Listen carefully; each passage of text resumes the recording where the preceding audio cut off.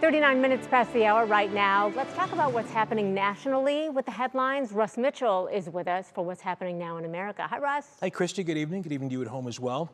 Robert F. Kennedy Jr., President Trump's pick to head Health and Human Services, faced senators for his confirmation hearing today. Kennedy has been a controversial choice for the role, though he's long been criticized for his history as an alleged vaccine skeptic. But today he said he is not anti-vaccine. Senators fired back, Democrats did, saying his past public remarks say otherwise.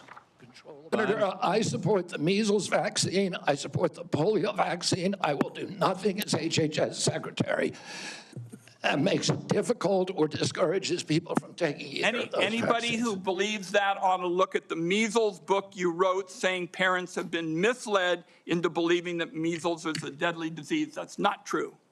That drive healthcare. If confirmed, Kennedy would have sweeping control over 18 agencies. That includes the CDC, the FDA, and the Centers for Medicare and Medicaid Services.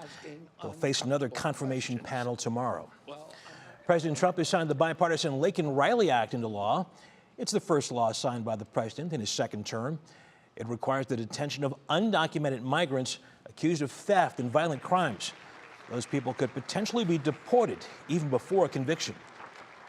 With today's action, her name will also live forever in the laws of our country, and this is a very important law. This is something that has brought Democrats and Republicans together. That's not easy to do. Laken did it.